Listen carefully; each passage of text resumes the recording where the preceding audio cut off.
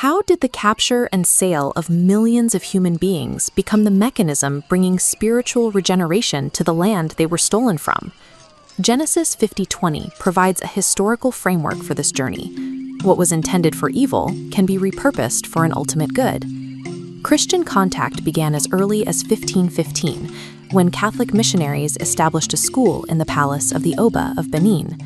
However, the faith failed to take root because the local elite viewed it primarily as a political tool to secure trade with the Portuguese. In the centuries that followed, the transatlantic slave trade ravaged the region, violently stripping the population away and plunging the continent into a cycle of exploitation. By the late 1700s, the Clapham sect began campaigning in London to abolish the trade.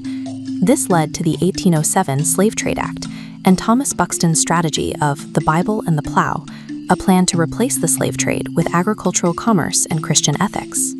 To stop the trade at its source, missionaries had to move past the coast and into the dangerous African interior, an effort that would soon take a massive physical toll. The physical cost of entering the interior was absolute. During the 1841 Niger expedition, 1/3 of the European crew died from disease. Later, during the first attempts by the Sudan Interior Mission, 2 of the 3 pioneers died almost immediately upon arrival. This data visualizes the extreme exposure to malaria and other tropical diseases that decimated inland expeditions. European outsiders simply could not survive the environment long enough to establish a lasting presence. This sacrifice reflected the motif of John 12:24. Unless a grain of wheat falls into the earth and dies, it remains alone, but if it dies, it bears much fruit. Because foreign missionaries were being wiped out by the climate, the seeds of the faith had to be planted by those native to the soil. Pace them quicken slightly, more optimistic. The British Royal Navy began intercepting slave ships along the coast, liberating the captives and resettling them in Freetown, Sierra Leone. These liberated people, known as the Saros and Amarus, embraced Christianity and education in exile. In the 1840s, hundreds of them began voluntarily migrating back to their original homelands in Nigeria to share what they had learned. Samuel Ajayi Crowther was the embodiment of this return. Captured as a boy, he returned 25 years later as an ordained Anglican minister. Crowther's arrival in Abeokuta led to a personal reunion with his mother and sisters, separated from him for a quarter century. She would eventually become his first convert in the city. In 1851, Crowther personally argued before Queen Victoria that a British intervention in Lagos was necessary to finally suppress the slave-trading king, Kosoko. Following the Royal Navy's bombardment of the city in late 1851, Kosoko was deposed.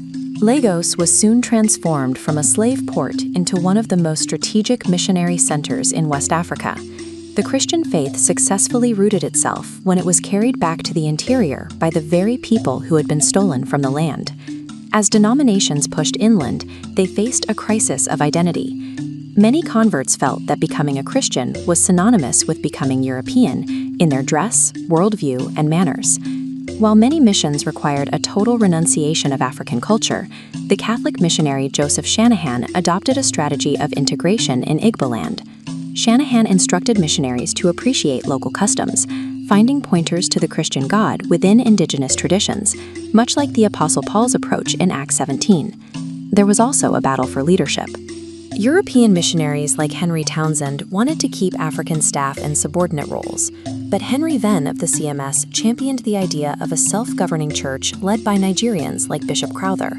The ultimate hurdle was no longer the physical environment, but whether the church would remain a colonial replica or mature into an authentic Nigerian institution. Native believers empowered this shift by translating the Bible into indigenous languages and establishing the country's first national schools, creating an educated, self-reliant population. By the mid-20th century, the movement shifted away from denominational control toward indigenous Pentecostalism and university student organizations like the Scripture Union and NIFES. Leaders like Sidney Granville Elton played a central role in raising this new generation, focusing on campus movements that emphasized prophetic teaching over denominational dogma. The long journey that began in the darkness of the Atlantic finally ended in a vibrant, independent movement. A faith introduced by colonizers and forged in the tragedy of the slave trade ultimately produced a sovereign Nigerian church. one that today sends its own missionaries out to evangelize the globe.